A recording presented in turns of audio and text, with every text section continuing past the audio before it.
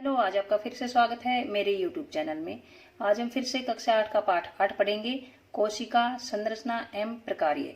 इसमें हम कोशिका की आकृति पढ़ेंगे जो कि पेज नंबर 92 पर है। इससे पहले हम कोशिका की संख्याओं के बारे में पढ़ चुके हैं और जो पहले वाले जो वीडियोज हैं वो भी हम कवर कर चुके हैं, जिनके लिंक्स डिस्क्रिप्शन बॉक्स में दिए हुए हैं। यदि आपको पूरा लेसन पढ़ना है तो उसका लिंक भी डिस्क्रिप्शन बॉक्स में दिया हुआ है, वहां से आप पूरा लेसन पढ़ सकते हैं। चलिए शुरू करते हैं। वीडियो देखने से पहले सब्सक्राइब जरूर करें। कोशिका की आकृति देखिए, हमने इससे पहले पढ़ा है कि कोशिकाओं की संख्या कितनी होती है किसी भी सजीव में। तो सजीव कुछ एक कोशिकीय होते हैं और कुछ बहुकोशिकीय होते हैं। जैसे देखिए 8.3 में ये एक कोशिकीय जीव है, अमीबा और पैरामीशियम, इसके बारे में हमने पढ़ा था। और बहुकोशिकीय जीव वो होते हैं जिनमें एक से ज्यादा कोशिकाएं होती हैं। तो ये जो एक कोशिकीय जीव होते हैं ये सारा कार्य एक कोशिका से ही करते हैं। चित्र 8.3 को देखिए। चित्र में दिखाए गए अमीबा की आकृति को आप किस प्रकार परिभाषित करेंगे। यह अमीबा की जो आकृति है यह कैसी है। ये कोई डेफिनिट या निश्चित आकृति नहीं है। आप कह सकते हैं कि इसकी आकृति अनियमित है, मतलब ये जो आकृति है वह कोई आकृति नहीं है, नियमित आकृति नहीं है, अनियमित आकृति है। वास्तव में अमीबा की कोई सुनिश्चित आकृति नहीं होती। ये मैंने पहले वाले टॉपिक में भी बताया था कि अमीबा की आकृति सुनिश्चित नहीं होती। अमीबा की आकृति ऐसी भी हो सकती है, अमीबा की आकृति ऐसी भी हो सकती है, ऐसी भी हो सकती है और ऐसी भी। ये अपने अनुसार, अपनी सुविधा अनुसार कैसी भी अपनी आकृति बना लेता है जो अमीबा होता है। इसके मुख्य यह अपनी आकृति बदलता रहता है। इसके मुख्य शरीर से बाहर की ओर प्रवृत्ति लंबाई के प्रवर्ध उभरते हुए दिखाई देते हैं, जिन्हें पादाभ कहते हैं। देखिए ये जो प्रवर्ध हैं, ये वाले जैसे ये है, ये प्रवर्ध हैं, इनको क्या बोलते हैं? पादाभ। जैसे ये है और ये जो बाहर की तरफ उभरे हुए होते हैं इनको पादाभ बोलते हैं। जैसे हमारे पैर होते हैं, हाथ होते हैं, ये ऐसे ही इनके ये होते हैं प्रवर्ध जो होते हैं। जैसे कि आप कक्षा 7 में पढ़ चुके हैं। यह प्रवर्ध अमीबा की गति के समय तथा भोजन के अधिग्रहण करते समय बनते हैं, बिगड़ते रहते हैं। तो ये जो प्रवर्ध बनने के क्या सहायता मिलती है इनको, अमीबा को? ये अमीबा इनसे गति करता है और भोजन का अधिग्रहण करते समय ये बनते हैं और बिगड़ते रहते हैं। मतलब जब इन्हें गति करने की जरूरत होती है, जब इन्हें चलने की जरूरत होती है तो ये पादाप बन जाते हैं। और जब इन्हें भोजन ग्रहण करना होता है, भोजन पकड़ना होता है, तब भी ये बन जाते हैं। जैसे मान लो कोई जीव आया, कोई किसी भी कीटाणु को, इसको जीवाणु को पकड़ना होगा या जीव को पकड़ना होता है, तो देखिए ये जैसे जीव है तो ये पादाप बन जाते हैं। जैसे मान लो इस तरफ जीव होगा, कोई भी कीट होगा, तो ये ऐसे अपने पादाप ऐसे बना लेते हैं, इस प्रकार बना लेता है ये। और फिर इसको धीरे धीरे बिल्कुल इसमें कवर कर लेता है, ऐसे बंद कर लेता है और इसको जीव को खा जाता है। फिर ये दोबारा से ये पादाप जो है ये बिगड़ जाते हैं, दोबारा से वैसे ही बना लेता है ये। तो ये जो पादाप हैं इनका क्या, इनको मतलब क्यों बनते हैं, क्या रीजन है? तो ये प्रवर्ध अमीबा की गति के समय तथा भोजन के अधिग्रहण करते समय बनते हैं एवं बिगड़ते हैं। अब ये पहेली पूछती है कि अपनी आकृति बदलने से अमीबा को क्या लाभ होता है। तो इसमें देखिए बुझो इसका आंसर देता है कि अमीबा की बदलती हुई आकृति पादाप के बनने के कारण होती है। मतलब ये पादाप बन जाते हैं उनके कारण इनकी आकृति भी बदल जाती है। और पादाप जो होते हैं वो इसे गति प्रदान करते हैं एवं भोजन ग्रहण करने में इनकी सहायता करते हैं। पादाप के ये कार्य होते हैं अमीबा के। जो अमीबा के पादाप होते हैं उनके ये कार्य होते हैं, गति प्रदान करते हैं और भोजन ग्रहण करने में इनकी सहायता करते हैं। मनुष्य के रक्त में पाई जाने वाली जो श्वेत रक्त कोशिकाएं होती है वह भी एक कोशिकीय संरचना का उदाहरण है। हमने एक कोशिकीय जीव पढ़ा है, अमीबा और पैरामीशियम। जो मनुष्य की रक्त में, खून में जो पाई जाती है श्वेत रक्त कणिकाएं, व्हाइट ब्लड सेल, WBC कहते हैं इसको, यह भी एक कोशिकीय संरचना का उदाहरण है जो कि अपनी आकृति बदल सकती है। लेकिन जो WBC है, मतलब व्हाइट ब्लड सेल है, वह एक कोशिका है, सिर्फ एक कोशिका है। जबकि जो अमीबा है वह पूरा एक जीव है, एक विकसित जीव है जिसका स्वतंत्र अस्तित्व है।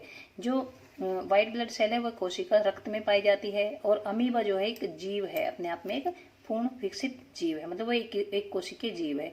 और जो श्वेत रक्त कोशिका है जो वह एक कोशिका है। आपके विचार में उन जीवों में कोशिकाओं की आकृति कैसी होगी जिनमें लाखों कोशिकाएं होती हैं। मतलब ये देखिए, ये तो इनकी आकृति होगी, ये तो ऐसी आकृति इनकी होगी। लेकिन जिन जीवों में लाखों कोशिकाएं पाई जाती हैं उन कोशिकाओं की आकृति कैसी होगी। चित्र 8.4 में देखिए, ये विभिन्न प्रकार की कोशिकाओं की आकृति दिखा रखी है। जैसे गोलाकार है, ये है तर्करूपी पेशी कोशिकाएं जो मांसपेशियां होती है, जो उनकी कोशिका है। और ये तंत्रिका कोशिका, ये इसकी आकृति है। शाखान्वित, ये शाखाएं से निकली हुई है देखिए, तो ये शाखान्वित तंत्रिका कोशिका है। ये अलग अलग आकृति की कोशिका भी हो सकती हैं। चित्र में हमने देख लिया है कि रक्त पेशी और तंत्रिका कोशिकाएं हमें दिखाई दी हैं। ये विभिन्न आकृतियां उनके विशिष्ट कार्यों से संबंधित है। जैसे इनका कार्य है उसी प्रकार से इनकी आकृतियां हैं। कोशिकाएं सामान्यतः गोलीय, चपटी, गोल अथवा लंबी होती हैं। मतलब या तो गोलीय होती हैं या चपटी गोल अथवा लंबी होती हैं। देखिए, ये गोलीय है, ये शाखान्वित है और ये तर्करूपी। तो इस प्रकार की कोशिकाएं होती हैं। कुछ कोशिकाएं लंबी होती हैं जिनके दोनों सिरे नुकीले होते हैं। देखिए, ये देखिए, इनके दोनों सिरे नुकीले हो गए। इनका आकार तर्करूपी होता है, इन्हें तर्करूपी आकार बोलते हैं। ये दोनों सिरे इसके लंबे हो गए, नुकीले होते हैं, और ये लंबी कोशिका, इनको तर्करूपी आकार बोलते हैं। कभी कभी कोशिकाएं बहुत लंबी होती हैं। कुछ कोशिकाएं शाखान्वित होती हैं, जैसे तंत्रिका कोशिका। ये देखिए, ये शाखान्वित, ये शाखाएं सी, जैसे पेड़ों में शाखाएं निकली होती हैं, इसी प्रकार इनकी भी शाखाएं सी निकली हुई हैं। तो ये शाखान्वित कोशिकाएं होती हैं।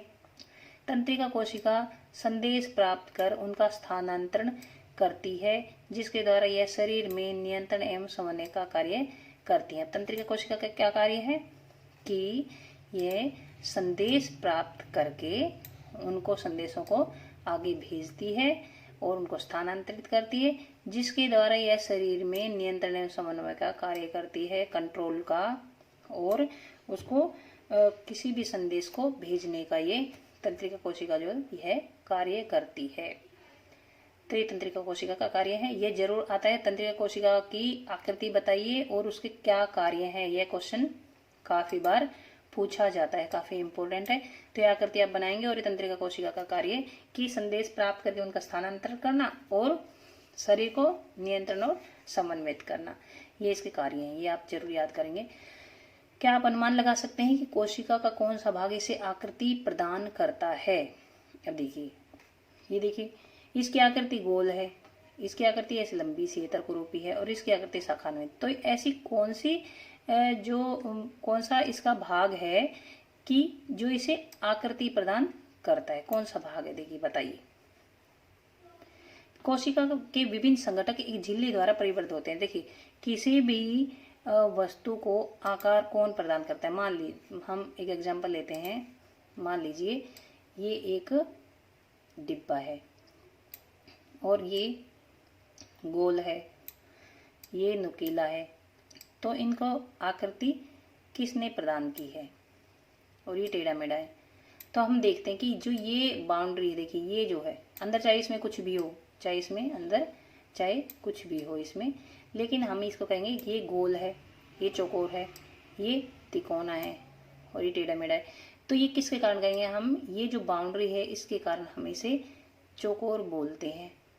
और ऐसे ही इसकी जो बाउंड्री है ये गोल है, इस बाउंड्री के कारण ही हम इसको गोल बोलेंगे, अंदर चाहे ये कैसी भी आकृति हो। और ऐसे ही इसकी जो बाउंड्री के कारण हम इसे तिकोना बोलते हैं, चाहे अंदर से, चाहे इसमें चौकोर बना हुआ हो, चाहे कुछ। जैसे हमारे घर बना होता है, उसकी जो बाउंड्री होती है, या हमारा जो स्कूल है उसकी जो बाउंड्री होती है, बाउंड्री वॉल है, उसके कारण ही उसको एक शेप मिलती है। मतलब एक उसकी जो सीमा होती है वो तय होती है। तो इसी प्रकार से इसका मतलब क्या हुआ? जो इसकी बाउंड्री है, जो इसकी आउटलाइन है, उसी के कारण इनको आकृति मिलती है। तो इसी प्रकार से हम कह सकते हैं कि कोशिका का कौन सा भाग इसे आकृति प्रदान करता है? कोशिका की जो बाहर की जो ये जो बाउंड्री है, और जैसे ये है, या फिर ये है, ये जो बाहर की बाउंड्री लाइन है, इसको आकार प्रदान करती है। तो इस बाउंड्री को बाउंड्री नहीं कहती, इसको कहेंगे कोशिका झिल्ली। कोशिका झिल्ली जो होती है उसी से कोशिका को आकृति मिलती है। मतलब एक झिल्ली द्वारा ये परिबद्ध होती है। कोशिका के चारों तरफ एक झिल्ली होती है। यह झिल्ली ही पौधों एवं जंतुओं की कोशिका को आकृति प्रदान करती है। आप याद रखेंगे कोशिकाओं को आकृति कौन सा भाग प्रदान करता है, तो उसकी झिल्ली जो है वो है कोशिकाओं को आकृति प्रदान करती है। पादप कोशिकाओं में एक अतिरिक्त आवरण होता है, जो पौधे की कोशिकाएं होती हैं उनमें एक अतिरिक्त आवरण होता है, एक एक्स्ट्रा जो है एक कवर होता है, उसे बोलते हैं कोशिका भित्ति। कोशिका भित्ति मतलब जो हमारी कोशिकाएं होती हैं, जो मनुष्य की कोशिकाएं होती हैं, उसमें सिर्फ कोशिका झिल्ली होती है, और जो पौधों की जो कोशिकाएं होती हैं उनमें एक एक्स्ट्रा आवरण और होता है। ये तो ये होगी डबल, ये हो गया, देखिए डबल लेयर होगी, ये कोशिका भित्ति होगी। तो उसको जो ये प्लांट्स में पाई जाती है हमारी कोशिकाओं में नहीं पाई जाती है। क्या? कोशिका भित्ति। यह कोशिकाओं का आकार और दृढ़ता प्रदान करती है। देखिए जो पौधे हैं उनको धूप छाया सर्दी गर्मी में रहना पड़ता है, हम तो फिर भी मकान में रहते हैं, तो उनको एक्स्ट्रा केयर की जरूरत होती है। तो जो कोशिका भित्ति आप इसको याद रख सकते हैं इससे, इस हिसाब से, तो उनमें एक्स्ट्रा जो केयर करने के लिए तो कोशिका भित्ति उनकी कोशिकाओं में, ये कोशिकाओं को आकार और दृढ़ता प्रदान करती है। जो कोशिका भित्ति है वो जीवाणु कोशिका में भी कोशिका भित्ति पाई जाती है।